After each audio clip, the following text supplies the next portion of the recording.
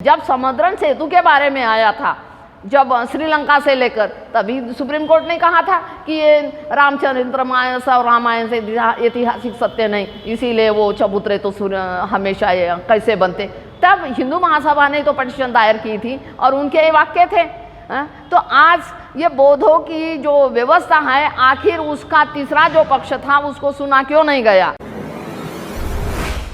आज हमारे बीच में हमारी बड़ी सम्मानित महिला भिक्खुनी पूर्णिमा जी हैं और एक विशेष अनुरोध पर वो आज हमसे मिली हैं। बंते जी, संवैधानिक पद पर बैठे हुए हमारे माननीय प्रधानमंत्री नरेंद्र मोदी जी, क्या मंदिर ही नहीं, क्या इस देश के अंदर कोई भी व्यक्ति जो संवैधानिक पद पर है, क्या वो मंदिर ही नहीं, मंदिर के अलावा किसी भी धार्मिक स्थल है, क्या उनका वो उद्घाटन कर सकते हैं? नहीं, अगर कर सकते एक अलग की चीज़ है, पर करना नहीं चाहिए। प्रधानमंत्री, अगर कोई भी व्यक्ति, प्रतिष्ठित व्यक्ति, अगर वो संवैधानिक पद पर है और वहाँ झगड़े की जगह है, वाद का मुद्दा है, और तो उसमें तो प्रधानमंत्री ने समता, मैत्री और भाईचारे के नाते से उन्होंने उसका उद्घाटन नहीं करना चाहिए, और कर भी दिया जाए तो पक्षपाती माना जाएगा। 5 अगस्त को जो उद्घाटन कर रहे हैं ये बिल्कुल गलत है।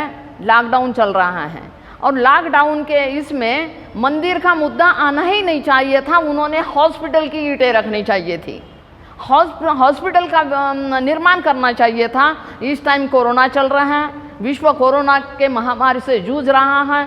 लॉकडाउन से जो पूरे विश्व में हाहाकार मचा हुआ है, जहाँ तक किसी को रोटी नहीं मिल रही, किसी को काम नहीं, घर में बंद पड़े हुए हैं।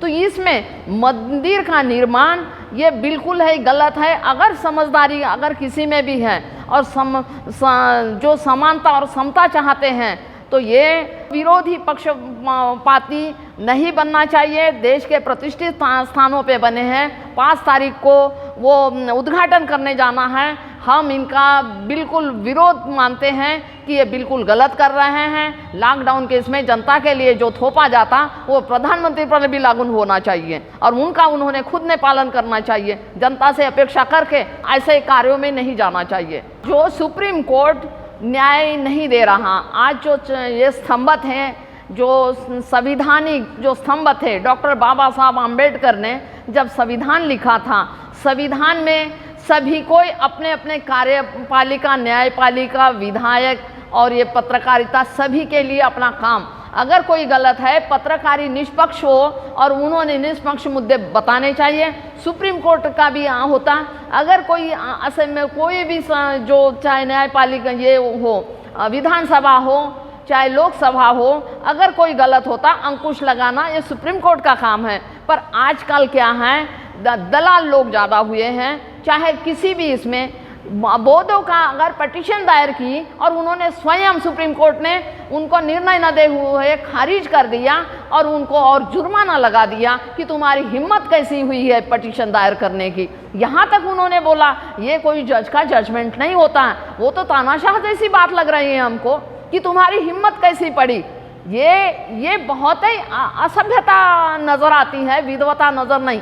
एक जज एक विद्वान होता है, न्यायाधीश होता है, उसको बहुत बड़ा माना जाता है। और न्याय अगर निष्पक्ष नहीं हुआ तो किसी को भी न्याय नहीं मिलेगा।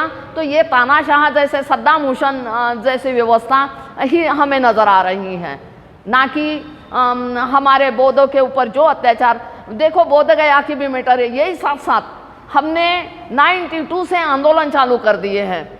तो आज तक 4 बौद्ध 4 हिंदू खाली डीएम को हटाया गया है। आज भी सुप्रीम कोर्ट ने पटिशन चल रही है। तो क्या हमें निर्णय मिला है?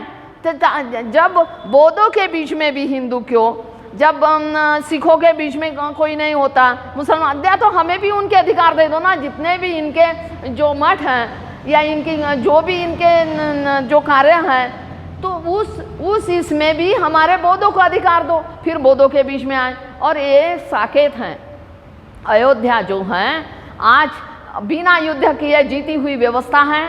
पुष्पमित्र शुंग ने बृहदत्त की हत्या करने के बाद उन्होंने वो जो सेनापति था और सेना नायक ने ही अपना उस पर बिना युद्ध किया, भिक्षुओं के कत्ल किए, सरयू नदी का भात खाई, 2 किलोमीटर सरयू, बाकी जगह नहीं है।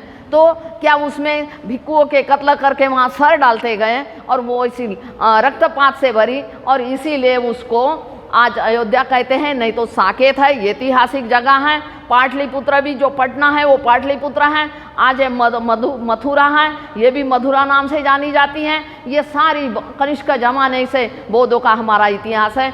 ये कहाँ पैदा हुए, इनका कहाँ है, कहीं ऐतिहासिक सत्य नहीं है। जब समुद्रन सेतु के बारे में आया था, जब श्रीलंका से लेकर, तभी सुप्रीम कोर्ट ने कहा था कि ये रामचरित्र मानस और रामायण से ऐतिहासिक सत्य नहीं, इसीलिए वो चबूतरे तो हमेशा कैसे बनते। तब हिंदू महासभा ने तो पटिशन दायर की थी और उनके ये वाक्य थे। तो आज ये बौद्धों की जो व्यवस्था है, आखिर उसका तीसरा जो पक्ष था उसको सुना क्यों नहीं गया, उस पर डिटेल में क्यों नहीं गए। और ये 500 साल, हमारी 2500 साल पहले से व्यवस्था है। तो ये जो है सुप्रीम कोर्ट, वो चाहे गोदी मीडिया कहते हैं लोग, गोदी मीडिया क्योंकि इन्होंने खरीदा हुआ मीडिया कहे या कुछ भी, गोदी, ये आज जनता की आवाज़ है गोदी मीडिया की।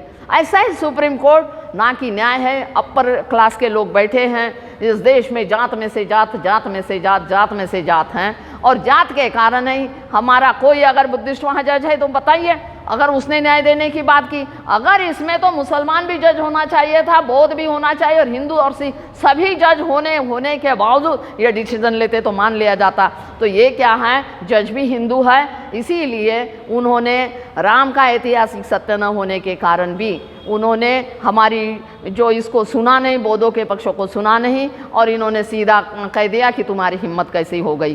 तो ये तानाशाह रवैया हो गया, ना कि सुप्रीम कोर्ट न्याय के लिए है, ये तो अन्याय नज़र आ रहा है।